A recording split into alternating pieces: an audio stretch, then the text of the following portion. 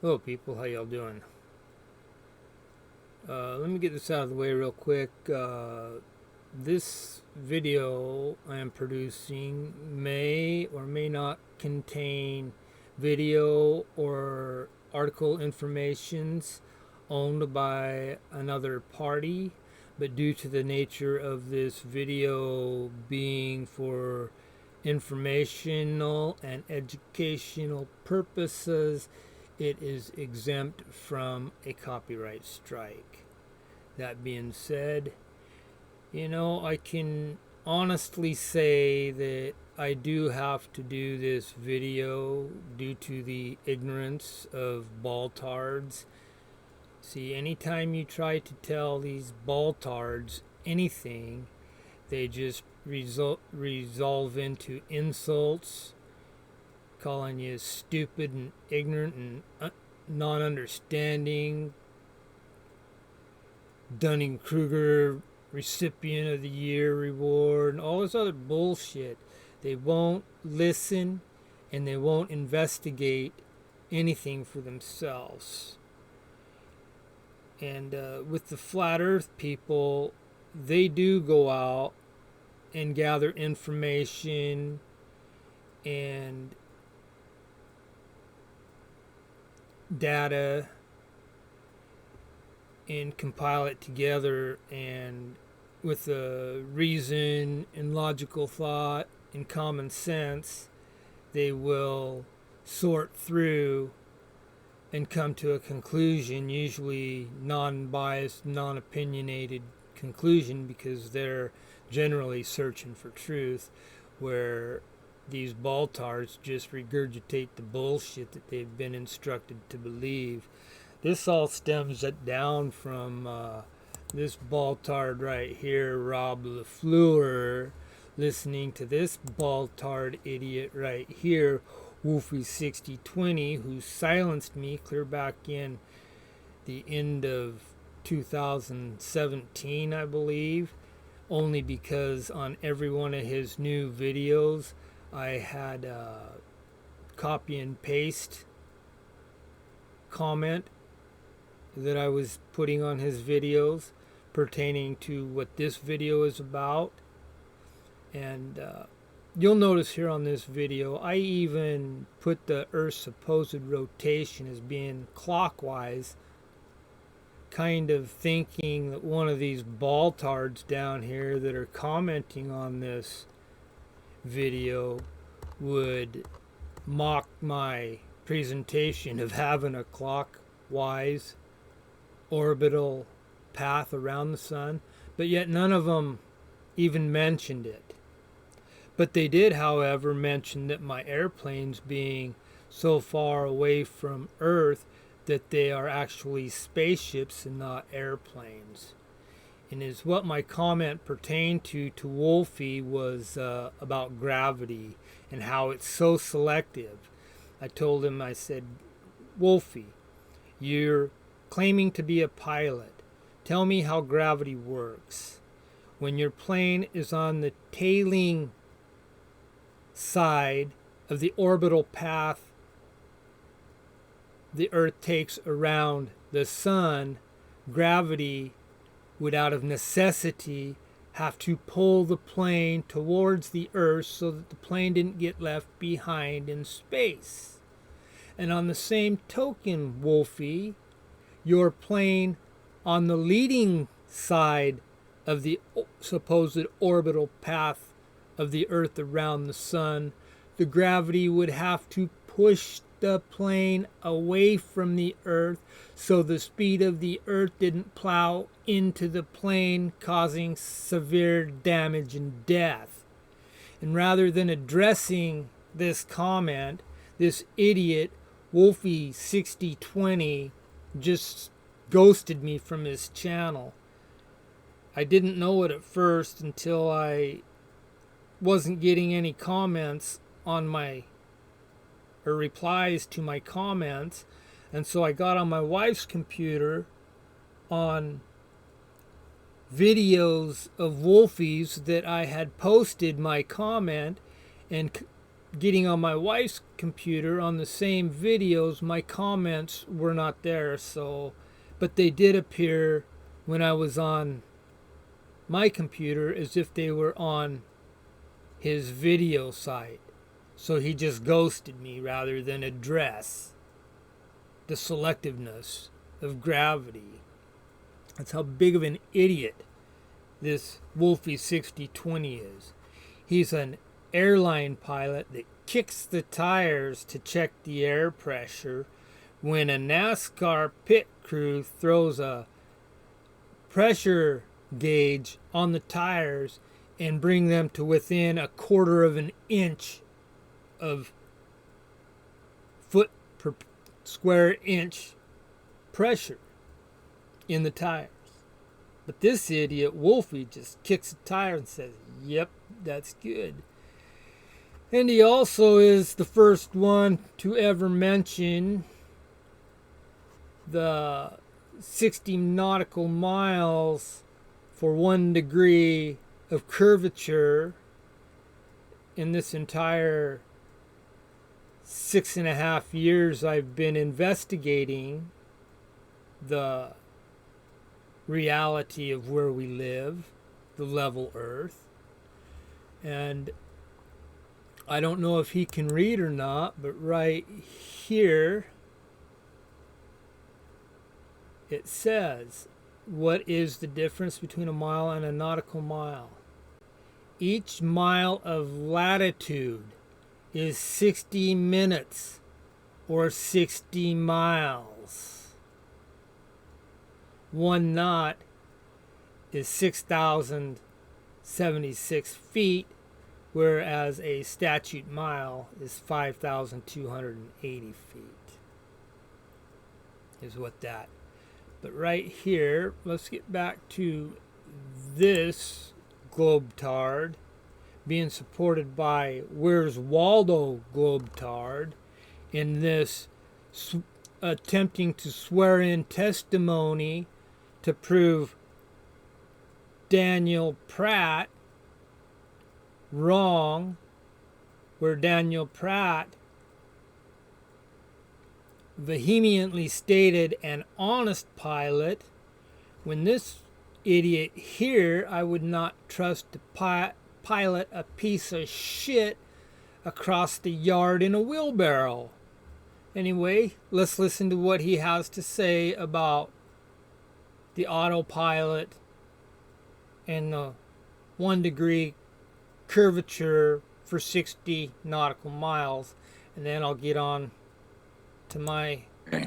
Part 2. The swearing. Let's do it.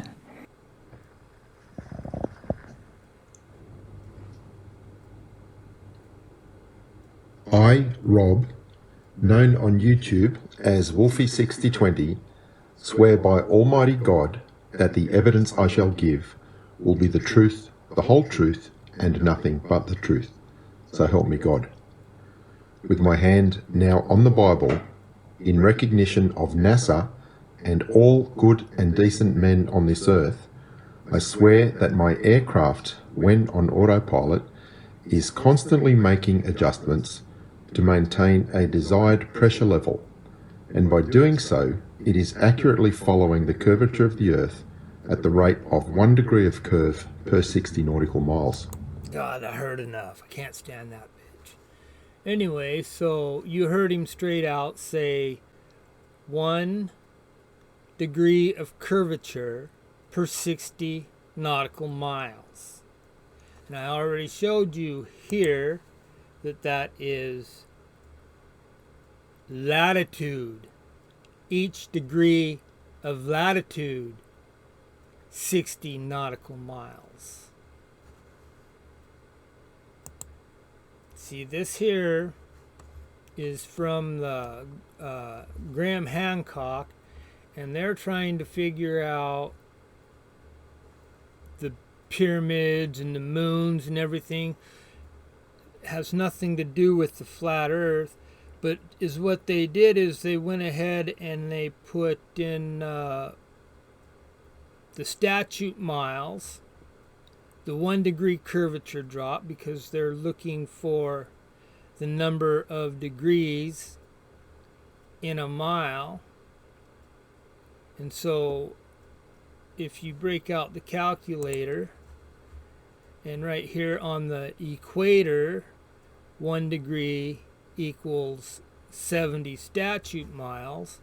So you take 70 statute miles and times that by 5,280 feet.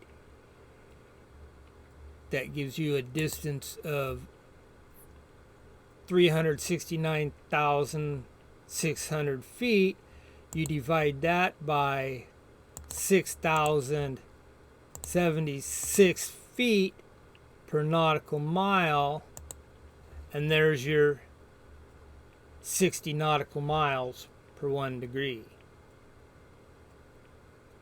Now, you notice that only works with the circumference of 25,000 miles for the 60 nautical mile per 1 degree of curvature drop. See, let's come up here to the 40. And right here, let's back up a little bit. Right here at the 25,000 mile circumference is the only place that the 8 inches per mile squared curvature drop works. It doesn't work here at 24.8. It doesn't work here at the 20th degree, the 30th, the 40th, where also the Josh Nowicki Mirage of Chicago just so happens to be on the, look down there in the right corner, 41 degree. He took it from Grand Mirror State Park, and that's still 41 degrees. So you can basically say that he is at the 41 degree that only has a circumference of 19,080 miles, which is lacking 6,920 miles from the 25,000 mile circumference. Therefore, the 8 inches per mile squared is increased significantly here. It's not 8 inches per mile squared anymore up here as it is down here. And I'll show you, because right here at the 19,080 mile circumference, the 1 degree curvature drop is equal to 53 statute miles. So now we get 53 statute miles, multiply that by 5,280 equals 279,840 feet. You divide that by the number of feet per nautical miles, and lo and behold, right here on the 40th, going east to west, it only takes 46 nautical miles for 1 degree of curvature drop. See how that works? That's how that works. You come up here to the 60 degree, the radius is, the circumference is 12,600 miles. So it's less even more. 1 degree of curvature is 35 statute miles. You want to see what that is?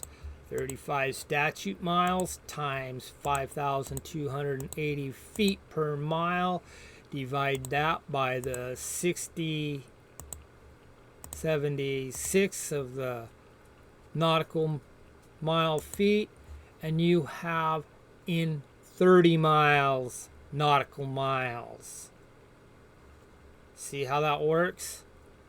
That's how that works. And it doesn't matter if you slice it this way either. The only way your longitude works is if you go from 0 around and back through 0. That's the only way you're going to get your 24,901 miles.